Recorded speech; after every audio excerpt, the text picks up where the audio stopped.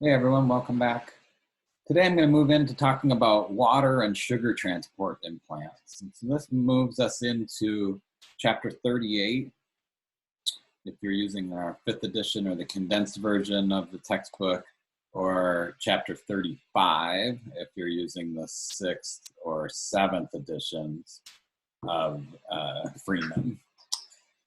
And there are really a couple of main goals that I want to get out of this section. And the first of these is you should be able to, by the end of this, explain the movement of water, that concept of water movement in a plant in terms of potential.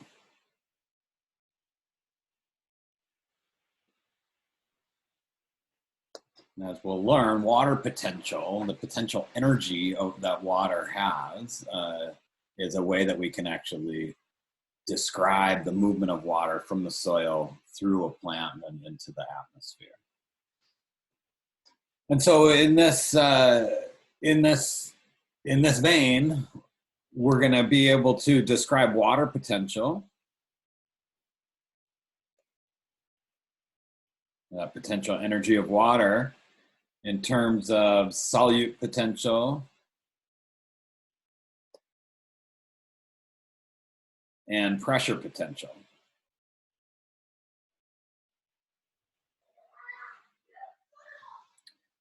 And then third, we'll be able to describe the process of transpiration,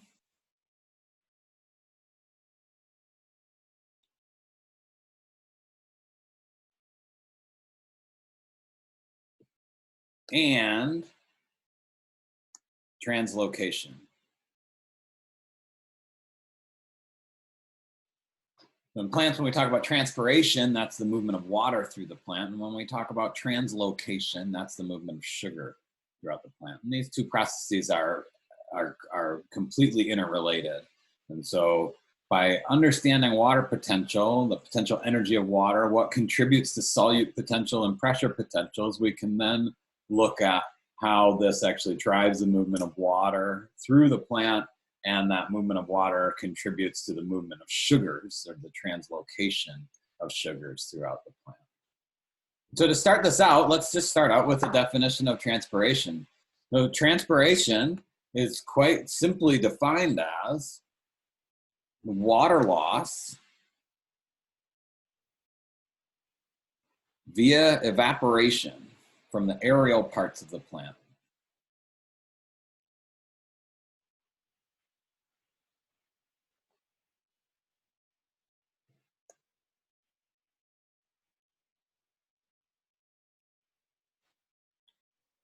And for transpiration to occur, we've got to have two requirements. The first of those is that stomata must be open.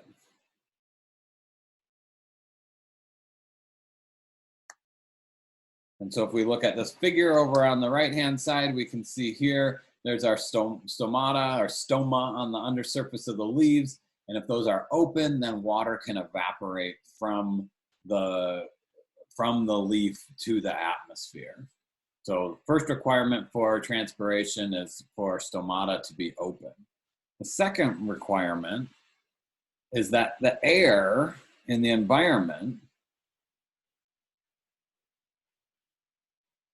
must be drier than the air inside the leaf.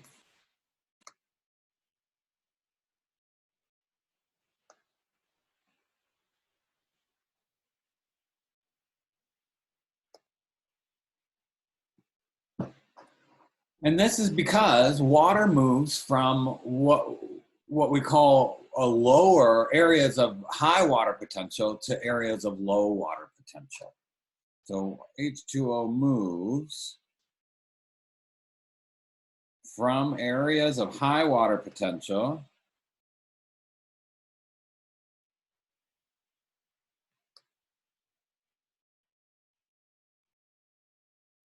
to areas of low water potential.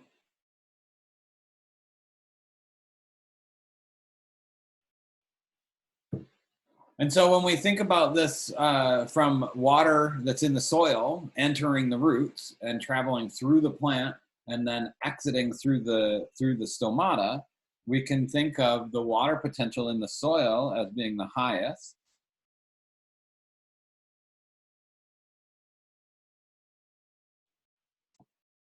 Water potential in the plant, in the stem of the plant, being lower.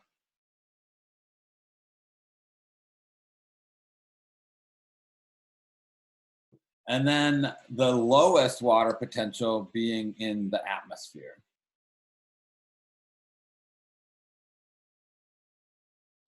And so water is going to move along this water potential gradient.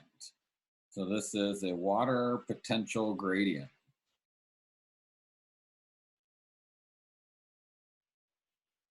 From areas of high water potential in the soil to the lowest water potential, which is in the atmosphere. And so that's that movement of water along that water potential gradient through the process of transpiration. And so those two requirements have to be met for this to happen. Stomata have to be open, and the air in the environment has to be drier than the air inside the leaf. And so when we talk about water, and so I use this term water potential. So let's talk about what water potential actually is. Water potential can be defined as the potential energy of water in a particular environment.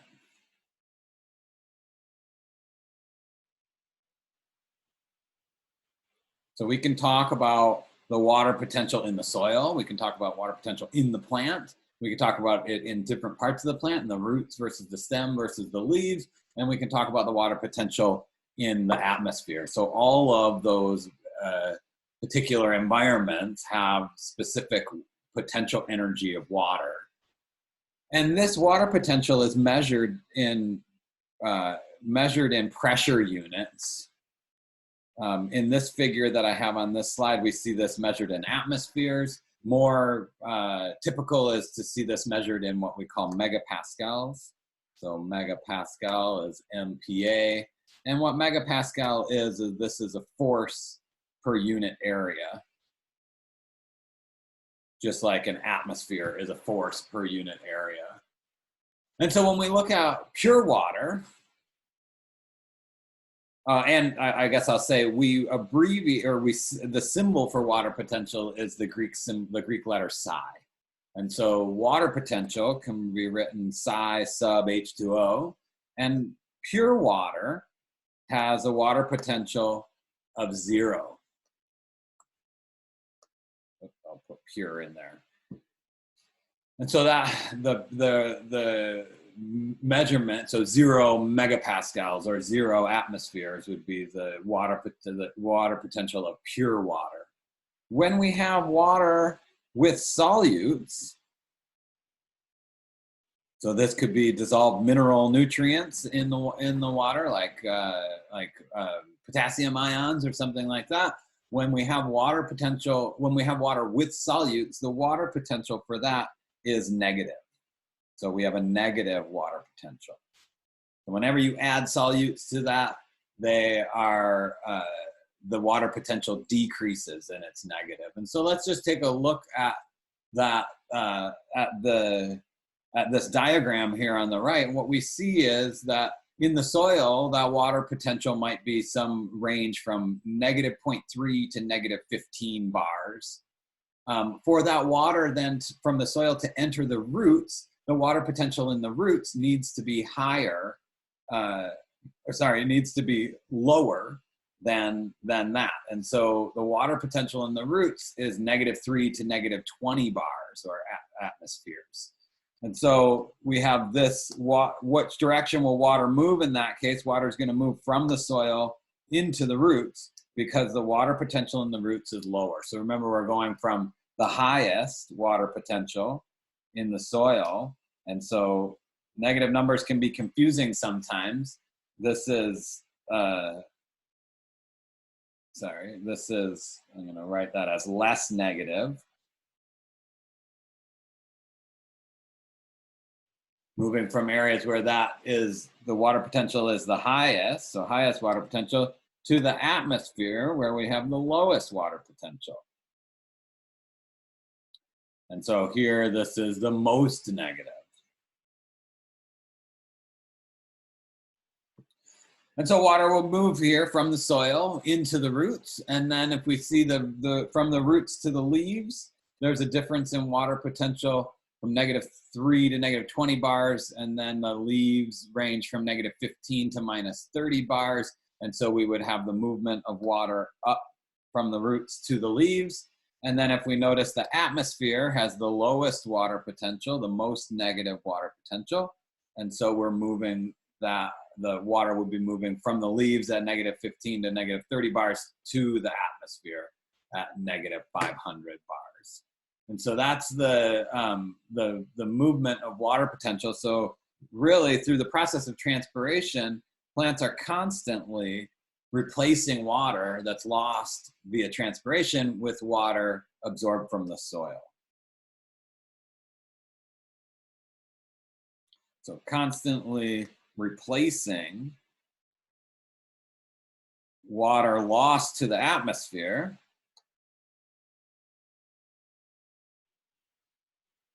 via transpiration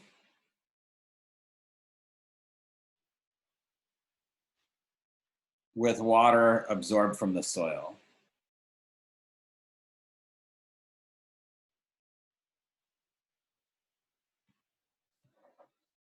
As that water is moving from that highest water potential to the lowest water potential. And importantly, this is a passive process. This actually does not take this does not take ATP to happen. No energy is expended for water to enter the roots and move up the stem and out the leaves. This is a passive process in plants. Transpiration is passive.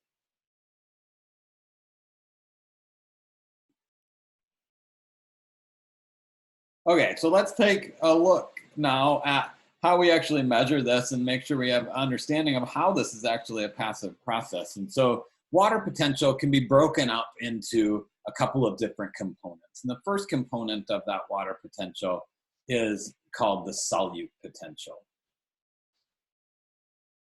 The solute potential is, you'll see as psi sub s. And what this solute potential can be defined as is this is the tendency of water to move via osmosis. Now, I know you've all talked about osmosis before. Osmosis is the movement of water across a semi-permeable membrane. And this is a passive process, and it has to do with how many solutes are in the water on one side of the membrane versus how many solutes are in the water on another side of the membrane. You'll sometimes see, because this has to do with osmosis, you'll sometimes see solute potential, also called osmotic potential. So this is the osmotic potential of water. And so just to show you this in a simple diagram here, if we have an isotonic solution, and what an isotonic solution is a solution where the solute potential on the inside of the cell is the same as the solute potential on the outside of the cell. So here we have our semi-permeable cell membrane, and we have the same solute concentration on the outside of that cell membrane as on the inside of it. This is an isotonic solution. What's going to happen in that situation? We'll have no water movement. Water will not move across that membrane because the solute potentials are the same on either side. And water potential, remember, we're moving from high to low. In a hypotonic solution, this is different. On the outside of the cell, we have a solute potential of 0, pure water on the outside of the cell. On the inside of the cell, we have some solutes. And whenever there are solutes in the water, that means that the water potential is going to be negative. So solutes in the water, so solutes make the water potential more negative.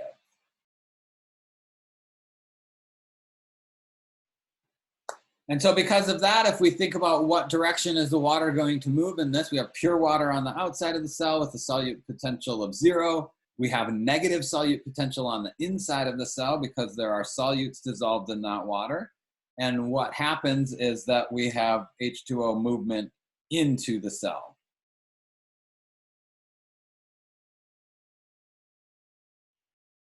So that's in a hypotonic. If this was flipped, we had pure water inside the cell and we had solutes outside, water would actually move out of the cell instead. So we're moving, remember, from high to low solute potential. Okay, so water potential has the solute potential portion to that, which is governed by osmosis, the movement of water across that semi-permeable membrane based on the number of solutes, the amount of solutes in the water. There's a second piece to this water potential, and that's the pressure potential. And so pressure potential, just like solute potential, can be abbreviated as a psi sub p. And pressure potential is the tendency of water to move in response to pressure. And this can be pressure in any direction.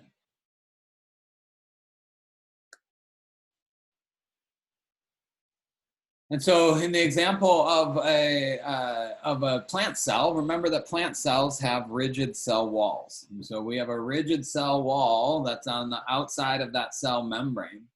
If water is moving into a cell because of, for example, a solute potential gradient, water is going to be moving into the cell.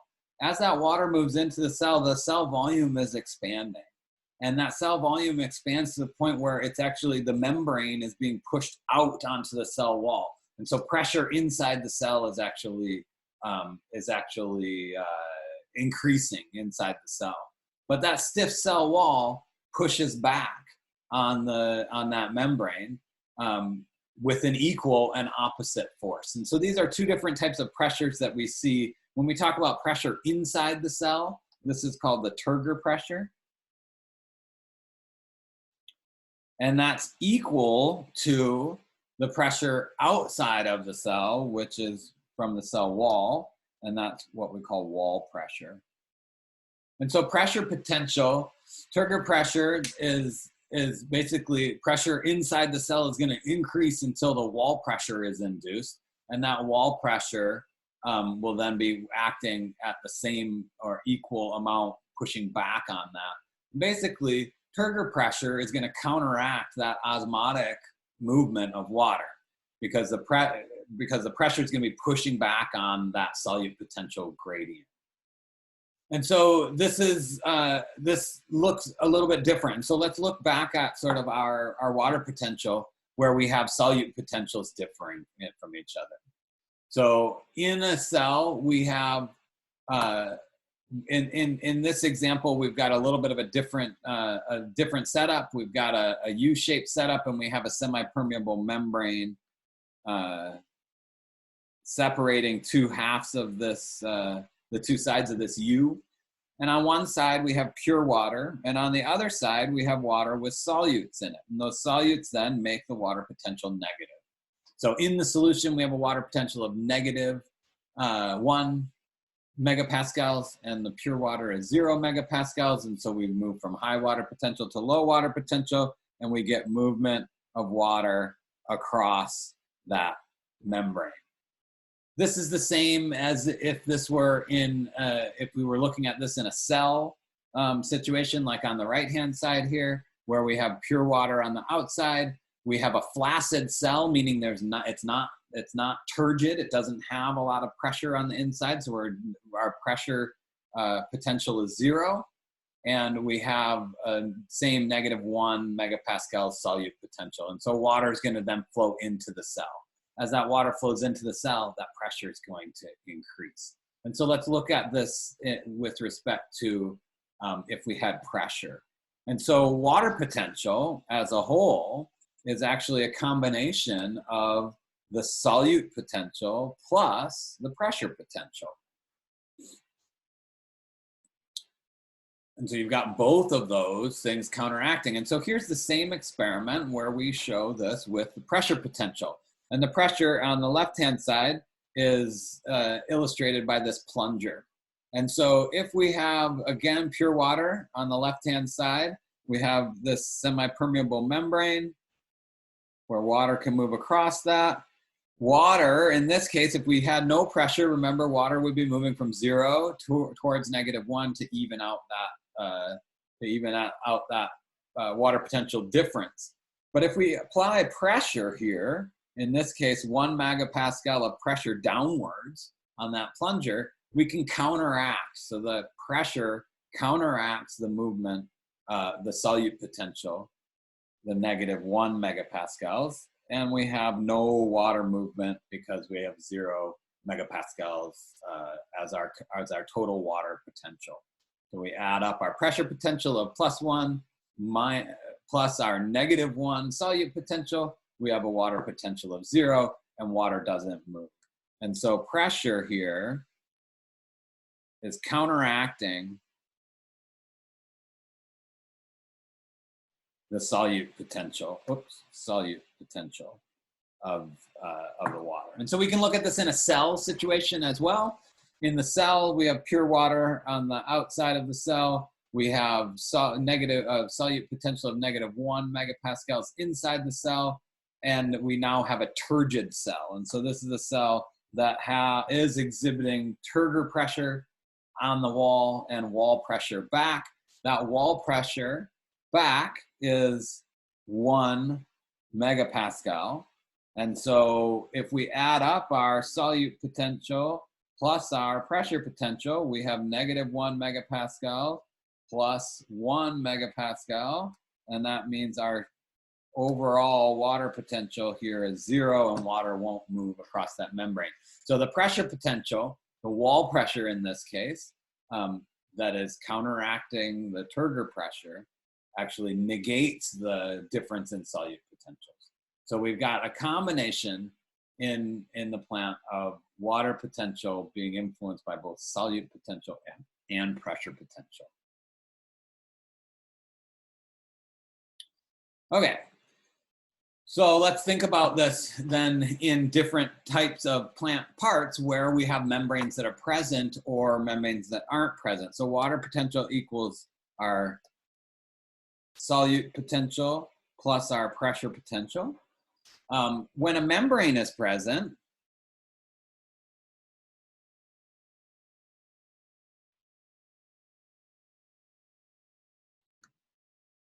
water movement depends on the solute potential alone.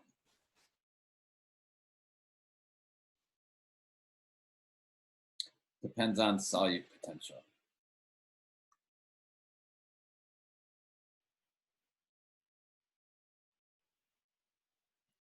And so where is this going to be important in the cell? Think about what parts of the plant is water moving through where membranes are actually present. Well, membranes are present in living cells. And so that's going to be in the roots. Those will be the root hairs, those epidermal cells, the cortex, and the endodermis. And we'll look at this as water is moving across a root and which cells that it actually has to cross and how it can cross those. In the shoot system, this would include all of those photosynthesizing cells where the water is actually needed.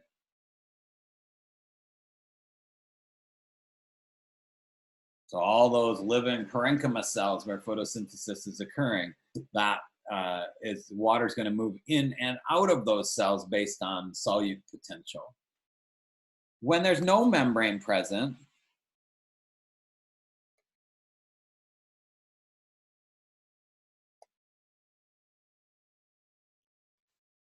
water movement depends on the pressure potential.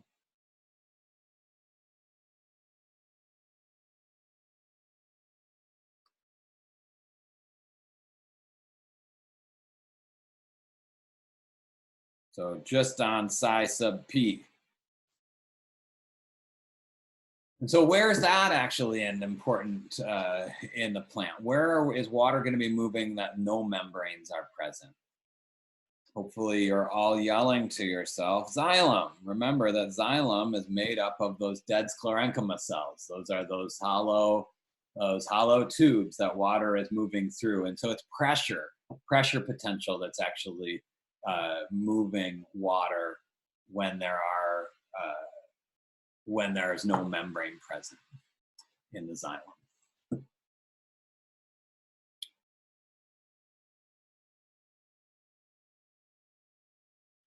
Okay, cool. So let's think about this in in a plant in a seasonal situation, and what types of things can affect water potential. And so there are different environmental conditions that will actually have an effect on the water potential in a plant. And so one of those is moisture levels in the soil.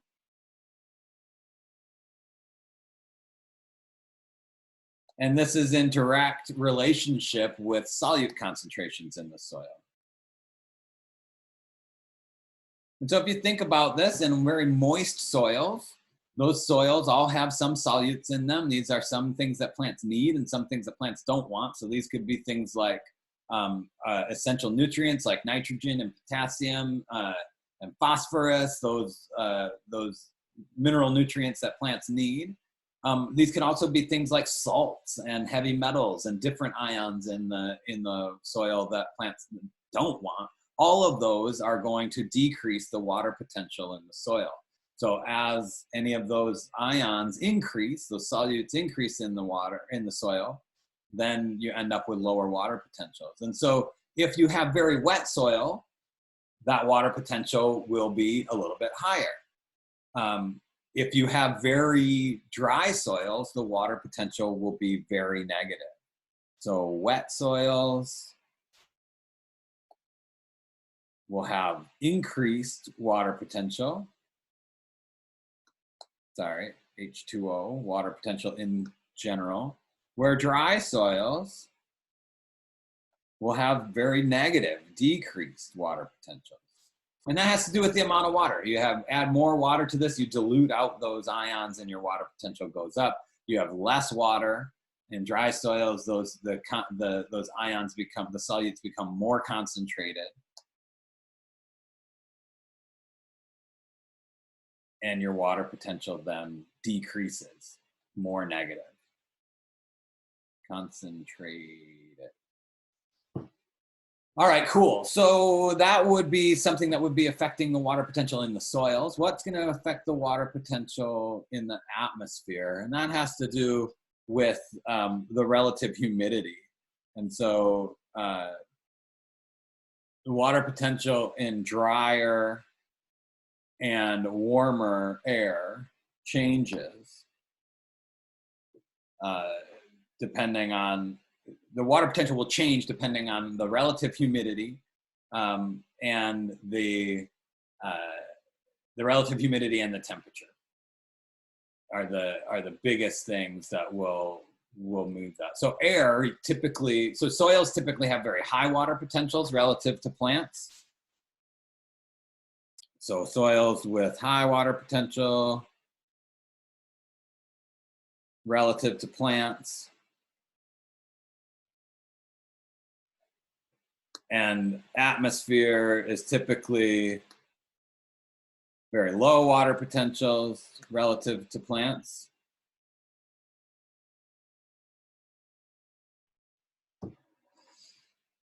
And that's what establishes that water potential gradient, and lots of different things can affect the water potential, as I said. So water potential in the soil, water potential in the air, having very salty soils or very dry soils or irrigating soils are all gonna be things that will affect the water potential overall and change whether a plant will have water moving into its cells or have water moving out of its cells based on that water potential gradient. And so here's an example that shows a plant that grows around here called ninebark. And what I have on the y-axis here is the solute potential in the leaf, so in megapascals. And so these are ranging from, you know, this axis goes from 0 to -3 here. And then on the x-axis, I've got the time of year. And so we're approaching this spring, late spring, early summer here, where there's a lot of water available. All of that water availability makes it so the water potential in the leaf actually is higher. And 9-bark has an adaptation. So, and then what happens is the water potential in the soil, of course, in those wet soils is also higher. So you're able, but we still are able to have a gradient, and water can move into the plant and up to the leaves. What happens later in the year is that as that soil dries out, the water potential in the soil decreases a lot. And because that water potential decreases, you have the chance of having the water potential in the soil actually be lower than the water potential in the plant. What would happen if the water potential in the soil is lower than the water potential in the plant? If that happens, water will move out of the plant and into the soil, and you end up wilting the plant, and those cells actually drying up and dying. And so we need to be able to maintain that water potential gradient so that we don't lose all the water from the plant and have that plant wilt. And so some plants actually have adaptations to do this. And so 9-bark, an adaptation in 9-bark is to lower the water potential in the leaf. Actually, I'll modify that. To lower specifically the solute potential in the leaves in the driest part of the season. And so we can measure what's the leaf solute potential in June, and that solute potential is relatively high. In the driest part of the year, in August and September, 9-bark actually, if you measure the solute potential in the leaves, it has decreased its solute potential, and that is done on purpose to be able to counteract the drier soils. And then this changes as we move into the wetter parts of the year again. The water potential, the solute potential in the leaf is increased again. And so this is an adaptation that 9-bark, this specific plant that is adapted to growing in these seasonally dry areas, has done to prevent water loss. So what would happen if you didn't actually do that in a plant? Well, if you don't do that and you get to the point where the water potential in the soil is actually less than the water potential in the plant itself, well, then water is going to be sucked out of the plant, and we end up with plasmolysis happening, or what we commonly know as wilting. And so what we see in this situation with this house plant here is that there's either no water in the soil or high solute potential in the high solute concentration in the soil. We end up with transpiration outpacing water uptake by the roots. You get a high concentration of solutes in the soil, which overall decreases our water potential, and we end up with wilting or a lack of Turgor pressure. And so that's the trade-off, or the worry, when we end up with less water in the soil. We end up having that solute concentration actually increase in the soil, which then sucks water from the plant. So it's even more troublesome than just not having water available in the soil. there may be water there, but the solute concentration is so high that the water potential is very low, and you can't actually move across that. You can't move into the plant at that point because you're going against that solute concentration gradient.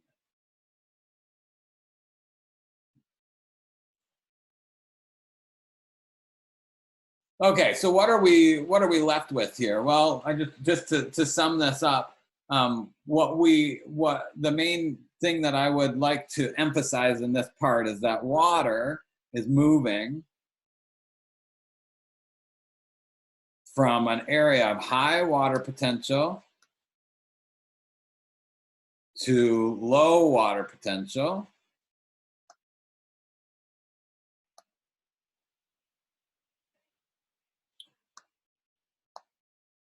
And so what that looks like in the plant is places that are less negative to places that are more negative. So don't let these negative numbers confuse you. In the soil, we have a water potential of negative 0.3. In this, that water potential is high if it's moist and it's low if it's dry. Inside of the root, the water potential is a little bit higher. Is a little bit lower. A little bit more negative minus a negative 0.6 megapascals in this case. And then throughout the plant, we maintain that gradient. So in the leaf, we have an even lower water potential, a negative 0.8 megapascals. And this leaf water potential is going to depend very much on the transpiration rate, how much water is moving. Transpiration rate is dependent on whether those stomata are open or not. And so transpiration rate is low when stomata, the water potential is low when those stomata are open because the water is evaporating out of that leaf. And then to keep this, to actually drive this process, we have to have an atmosphere where the water potential is even lower. And so we have negative 90 megapascals, and that changes with humidity. And so typically in a very dry air, that's going to be an incredibly low, very low water potential. In very humid air, that water potential is not going to be quite as negative as it is here. But that's the water is going to be moving from that high water potential to low water potential through the plant. Okay, we're going to stop here and move into how water actually moves from roots to shoots in the next video.